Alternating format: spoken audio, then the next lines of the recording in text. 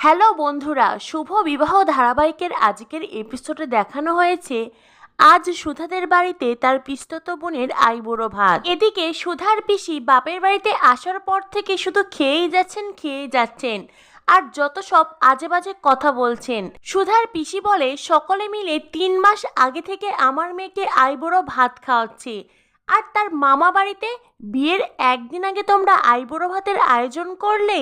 মামা বাড়িতে কি বিয়ের একদিন আগে কেউ আইবুড়ো ভাত খেতে আসে? আচ্ছা, তোমরা কি ভেবেছিলে বলো তো? আমার মেয়েটাকে ফাঁকি দেবে, তাই তো তাকে আইবুড়ো ভাত খাওয়াবে না, পার পেয়ে যাবে। সুধার মা তখন বলে, এ মা, না না ঠাকুরজি, তা ভাববো কেন? আমরাও ভেবেছিলাম মেয়েটাকে বেশ ভালো করে আইবুড়ো ভাত খাওয়াবো। তুমি তো আমাদের অবস্থার কথা জানোই ঠাকুরজি, দোকানে পরশুদিনই টাকা এসেছে, তাই তো একটু দেরি হয়ে গেল। তখনই পিসি বলে, থাক বৌদি থাক, তুমি আর ন্যাকা কান্নায় কেঁদো না, আমার যা বোঝার আমি বুঝে গেছি। আমি আরও কোথায় ভাবলাম বিয়ের একদিন আগে আমার বাড়িতে আমার মেয়েকে আমি ধুমধাম করে আইবুড়ো ভাত খাওয়াবো, তা না এখন এখানে চলে আসতে হলো। সুধার ঠাম্মি বলে, তা শ্রী, তুই তো তোর বাড়িতেই ধুমধাম করে আয়োজন করতে পারতিস, সেটাই বরং লোকে ভালো বলতো।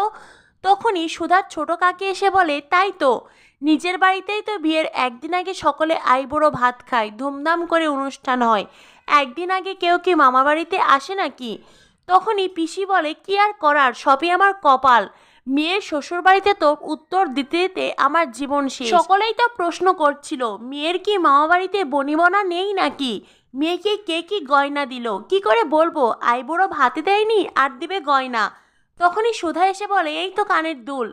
পিসিমণির চোখ মুখ যেন চকচক করে ওঠে। সুধার পিস্তত বোন তখন সুধাদি বলে সুধার কাছে ছুটে যায়, আর পিসিমণির টুক করে সুধার হাত থেকে কানের দুল জোড়া নিয়ে নেয়। কানের দুল খুলে ঠাম্মিকে বলে, মা, এ তো তোমার সেই পুরাতন কানের দুল, কতটা হালকা, একটা ভারী গয়নাও তো দিতে পারতে মা। ওই তো সুধার তো অনেক ভারী ভারী গয়না আছে, সেগুলো দিলেই তো হয়, যতই হাতে শাখা পলা আর সিঁদুর পরে ঘুরে বেড়াক না কেন। আসলে তো সুধার সংসার ভেঙেছে, সুধার জীবনে তার কোনো কিছুই অবশিষ্ট নেই, তার তো এই গয়নাগুলোর আর প্রয়োজন নেই, ওগুলো আমার মেয়েকে দিলেই হতো। ঠাম্মি তখন বলে, চুপ কর তুই, একদম চুপ কর, এই নিয়ে আর একটাও কথা বলবি না। তোরা যার জীবনে দাড়ি টেনে দিচ্ছিস, হতে পারে ভগবান তার হাতে নতুন করে শুরু লিখেছে, হতে পারে আমার সুধা আবার নতুন করে সব কিছু শুরু করবে, তাই এই সমস্ত কথা একদম বলবি না। তখনই সুধাদের বাড়িতে তাদের পাড়া প্রতিবেশী চলে আসে।